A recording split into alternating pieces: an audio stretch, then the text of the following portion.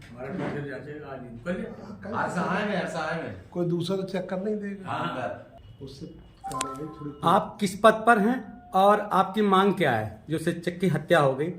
मैं हेमराज सिंह गौर हूँ, उत्तर प्रदेश माध्यमिक शिक्षक संघ का प्रदेशीय उपाध्यक्ष हूँ। आज कोई मांग नहीं है। आज शिक्षक परिवार में जो पुलिस के कर्मी के द्वारा हत्या की गई है कार्बाइन के द्वारा, हम अपने दायित्वों का निर्वहन करते हैं, शासन के सारे आदेशों का मानते हैं। अगर हम दायित्वों का निर्वहन करते हैं और हम बोर्ड की कॉपी लेकर के मुजफ्फरनगर जा रहे हैं, रास्ते में पुलिस एक चुनही ला के नहीं दे रहा है टीचर हमारा, उस पर उसने 12 गोलियां लगातार कार्रवाई से हत्या कर दी। ये बड़ा निंदनीय और शिक्षक जगत के लिए काला दिवस के रूप में माना जाता है। हमारी मांग ये है कि शिक्षक को मुआवजा दिया जाए।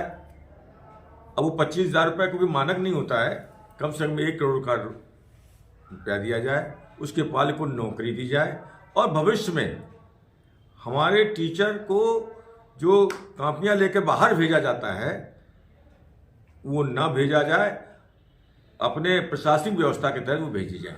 ये मेरी मांग है। आज मूल्यांकन कहाँ कहाँ पर रोका गया है? कानपुर में 5 केंद्र हैं, 5 पर टीचरों शहर स्वीकार किया, कोई रोका, कोई जबरदस्ती नहीं की गई।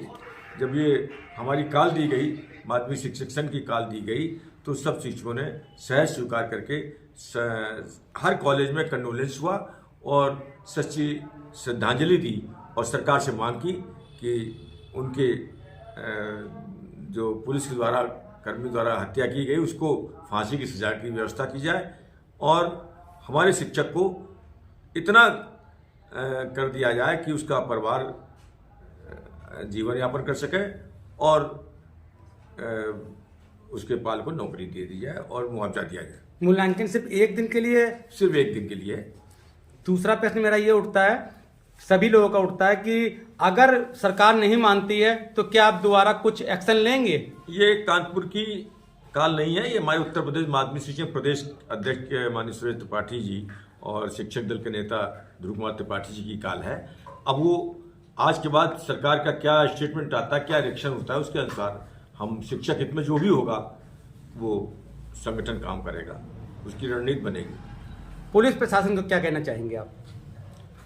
अब पुलिस प्रशासन को क्या कहना चाहिए, उसको जो जिसने गोली मारी है, ऐसे हम तो आगे के लिए अपने प्रदेश के सरकार के मुखिया से ये कहना चाहते हैं कि ऐसे पुलिस वालों को चिन्हित किया जाए जो शॉर्ट टेम्परामेंट हैं, उनको बियारत दिया जाए, उनको भगाया जाए, उनको बर्खास्त किया जाए।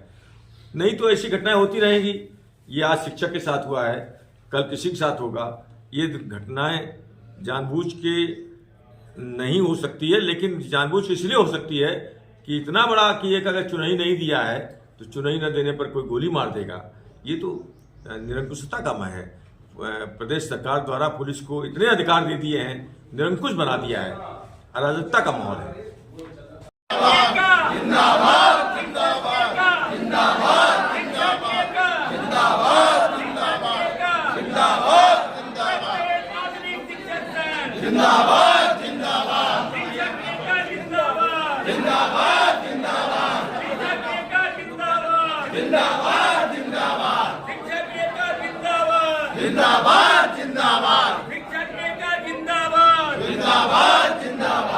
सबसे पहले तो मैं ये क्वेश्चन करूंगा, आप लोग यहाँ पर कैसे इकट्ठा हुए? क्या कारण था जिस कारण से आप यहाँ पर आ गए सब कोई? ये मूल्यांकन सेंटर है, मूल्यांकन सेंटर निरंतर चल रहा है। इसी बीच में हमारे एक अध्यापक जो DIC में कार्यरत थे, वो बनारस से कापियां लेकर के मुजफ्फरनगर जा रहे थे। उनके साथ जो आरक्षी थे, उन आरक्षी ने रात में नशे की हालत में हमारे अध्यापक को मार दिया। नया अध्यापक था, उसके परिवार का क्या होगा, इस बिंदु को लेकर के मैं सरकार से अपनी बात के लिए जो है सभी एकजुट होकर के इस बिंदु मतलब जो है एकत्र हुए हैं, ताकि हमारी मांग पर जाए कि उस परिवार को कम से कम 3 करोड़ रुपया दिया जाए, उसके आश्रित को नौकरी दी जाए और ऐसे और इन हमारे अध्यापकों की इन ट्रकों पर 8-8 दिन के लिए ड्यूटी न लगाई जाए, और लगाई भी जाए तो स्टेप बाय स्टेप लगाई जाए। ताकि बीच में कहीं बदलाव हो। 14 तारीख का चला हुआ ट्रक 19 तारीख को वहाँ पहुँच रहा है, 18 तारीख को। इसी बीच में एक घटनाक्रम हुआ जो बड़ा निंदनीय है। हमारा टीचर समाज बिल्कुल भय से ग्रस्त है। ऐसी जो है सरकार के आदेशों का पालन करने के लिए हम कटिबद्ध तो हैं, लेकिन इसमें कुछ संशोधन करते हुए आरक्षी को फांसी की सजा दिलाई जाए और ये अध्यापक ताकि अपने जो है होशो आवाज से पूरा हम मूल्यांकन पे जा सकें। वो भी हमें मूल्यांकन का विरोध पकड़ेगा नहीं है, हमें उनकी की गई कार्यशैली का विरोध और शासन और सरकार से इसी बात की मांग करते हैं कि ऐसे दोषी व्यक्ति को कभी ना बख्शा जाए। वो अभी पकड़ेगा कि नहीं पकड़ेगा? अभी आज पता चला पकड़ा गया या नहीं पकड़ा गया वो तो एक अलग सिस्टम है। इसमें होना क्या चाहिए, जो रक्षा के हेतु में हमारे अध्यापक के साथ जो आरक्षी गया हुआ था उसने ही नृशंस हत्या कर दी है। इसके लिए हम सब एकजुट होकर के हम सरकार से मांग करते हैं कि उसको कम से कम फांसी की सजा दी जाए। सबसे पहले जो रक्षा के हेतु में गया है उसने ही हमारे अध्यापक की जो है नृशंस हत्या कर दी है, उसको फांसी की सजा दी जाए और उसके परिवार को सरकारी नौकरी दी जाए और कम से कम 3 करोड़ रुपए का जो है उसको अनुदान दिया जाए। और उसके बाद इस तरीके की जो व्यवस्थाएं है उत्तर प्रदेश सरकार की उसको 100% संज्ञान में लिया जाए। इसी के उसमें हम लोग आज जो है उसका संवेदना व्यक्त करते हुए आज के दिन हम कानपुर नगर में मूल्यांकन का बहिष्कार करते हैं। यहाँ से आपको क्या आश्वासन मिला? आश्वासन क्या, शिक्षक एकता, हमारे शिक्षक हमारे साथ में है। अभी तक ये शिक्षक सारा शिक्षक एक साथ है, अभी तक ये चाहे वो जीआईसी हो, चाहे वो माध्यमिक हो, चाहे वो वित्तविहीन हो, हम शिक्षक साथी की हत्या के विरोध में सारा शिक्षक एक साथ है। और ये आपको देखने को मिल रहा है, चारों तरफ शिक्षक बाहर खड़ा है, कोई भी शिक्षक कॉपी की मूल्यांकन नहीं कर रहा है। अभी तक ये जानकारी में आया है कि 25 लाख रुपए उसको दिया जा रहा है, जो कि 2 साल की तनख्वाह है एक टीचर की।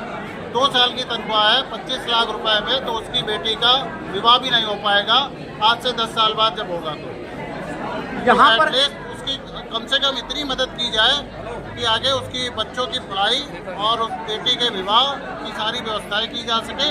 बस इतना ही मेरी सरकार से मांग। यहाँ पर एक सवाल आ रहा है कि जो कलम चलाते हैं, जिनसे समाज शिक्षित होता है, क्या उन्हें रिवॉल्वर पकड़नी पड़ जाएगी? बिल्कुल नहीं, हम लोग रिवॉल्वर नहीं पकड़ना चाहते। कलम पकड़ेंगे तो कलम ही पकड़ेंगे, क्या नहीं है? हम लोग रिवॉल्वर चलाना नहीं जानते, हम लोग कलम की ताकत जानते हैं। लेकिन हमारी भी सुरक्षा हो, ये हम सरकार से मांग करते हैं। रक्षा की जब भक्षक बन जाएगा तो हम लोग कहाँ रहेंगे? तो सुरक्षा कैसे हो? अचानक ये कांड हो जाता है तो इसे सुरक्षा कैसे हो जाए? कैसे भय मुक्त कैसे बनेंगे आप? अगर उसमें शासन के साथ जो भेजा गया था, अगर उसमें कोई एक राजपत्रित अधिकारी भी साथ में होता तो हो सकता है बीच बचाव करता है, ये घटना न घटित होती। ये घटना न घटित होती। आरक्षी के साथ एक कोई राजपत्रित अधिकारी भी जाना चाहिए। तो ये सरकार की कहीं ना कहीं कमियां हैं। बिल्कुल, अगर उसके साथ एक राजपत्रित अधिकारी है तो हो सकता है कि बीच बचाव होता और ये घटना से बच जाते। और इस समय आरक्षी का परिवार भी खतरे में है, क्योंकि उसको अगर सजा होती तो उसका भी परिवार बर्बाद हो रहा है। तो कम से कम ऐसी घटनाएं आगे न हो जिससे 2 परिवार न बर्बाद हो। आप किस पद पर हैं और क्या चाहते हैं? मैं राजकीय शिक्षक संघ में मंडली अध्यक्ष हूँ और मेरे राजकीय शिक्षक ही वहाँ पर बंडल लेके ठग गया था बनारस से मुजफ्फरनगर हरदोई शाहजहाँपुर में उतारते हुए। और ये जो पुलिस वाला था, जैसा कि अखबार लिख रहा है कि वो मानसिक रूप से विक्षिप्त था। मानसिक रूप से जो विक्षिप्त पुलिस वाला है उसके हाथ में स्ट्रेन गन देना क्या न्यायोचित है? ऐसे व्यक्ति के हाथ में आप मशीन गन दे रहे हैं, वो गलत इस्तेमाल तो करेगा ही। मान लीजिए इस तरीके से इसके पीछे अफसर शाही भी दोषी है। इस तरीके से हमारा शिक्षक, हमारा चपरासी, हमारा बाबू कभी भी बंडल लेकर नहीं जाएगा। नहीं, वैसे भी कोई पुलिस वाला किसी को मारता नहीं। स्वाभाविक सी बात है कि वो बीमार था, किसी न किसी कारण से उसके अंदर बीमारी कोई उत्पन्न थी जिस कारण से उसने ऐसी हरकत करी। जैसा कि अखबार बता रहा है कि वो मानसिक रूप से विक्षिप्त था और उसके हाथ में स्ट्रेन गन थी, उसने चला दी गोली। ये सरकार की बहुत बड़ी कमियां नजर आ रही हैं कि ऐसे व्यक्ति को समाज में नहीं पूर्णतः नहीं रखना चाहिए, जिसको जो नशे की हालत में हो या किसी तरीके से मानसिक विक्षित हो। उसको कतई नौकरी में नहीं रखना चाहिए, उसको तत्काल बर्खास्त किया जाए। यही नहीं, क्या आप ये भी मांग करें कि पूरे यूपी या हिंदुस्तान में ऐसे पुलिस वाले नहीं होने चाहिए जो मानसिक विक्षित हों? बिल्कुल नहीं होने चाहिए, बिल्कुल नहीं होने चाहिए। नशे के लती उनको भी नहीं होना चाहिए। जो नशे के लती हों उनको दूर रखा जाए। तो योगी जी से क्या कहना चाहेंगे? योगी जी से कहना चाहेंगे कि कम से कम 10 करोड़ रुपए परिवार को तत्काल उपलब्ध कराया जाए सरकारी नौकरी दी जाए, उसकी सुरक्षा की जाए और इसको फांसी की सजा दी जाए इस पुलिस वाले को। मैडम से भी पूछिए। जो ये घटना हुई है इसमें महिलाएं भी इतनी रूप पे यहाँ पर उपस्थित हो गई हैं, आप कुछ कहना चाहेंगी? हाँ भैया, मैं नीता श्रीवास्तव, माध्यमिक शिक्षक संघ की कोषाध्यक्ष। ये जो आपने कहा घटना हुई है, ये घटना या हादसा नहीं है, ये हत्या है। और ये हत्या हमारे किसी भाई की हुई है। आप लोग इतने इम्पोर्टेंट वर्क्स में हमको लगाते हैं और हमारी सेफ्टी के लिए जीरो, जिनको आपने सेफ्टी के लिए रखा उन्होंने अपनी थोड़ी सी नशे की लत के लिए गोली मार दी इसका, और उसकी भरपाई 25 लाख या 25 करोड़ से नहीं हो सकती है, किसी भी तरह से नहीं हो सकती है। जिसके परिवार का सदस्य चला गया, आप उसको नौकरी दे देंगे? अपने घर के जरा एक आदमी को मार के देखिए, उधर बताइए कि उसकी भरपाई कैसे होती है।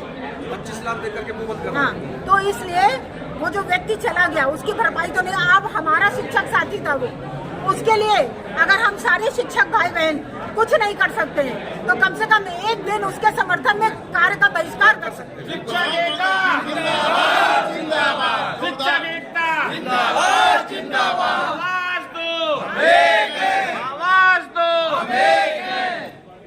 क्या आप एक दिन का अवकाश भी रखेंगे क्या? देखिए, मूल्यांकन कार्य जो होगा वो शिक्षकों के द्वारा ही होगा, आज नहीं तो कल होगा, कोई और मूल्यांकन नहीं करेगा, लेकिन हम उनके निमित्त एक दिन दे सकते हैं, बस मेरी इतनी सी बात है। और आज सारा टीचर साइन तो करेगा लेकिन कोई कॉपी नहीं चेक करेगा। साइन कराना मूल्यांकन केंद्र के अध्यक्ष का काम है, मेरी उपस्थिति यहाँ दर्ज में खड़ी हुई हूँ, साइन कराए या न कराए ये उनकी मर्जी।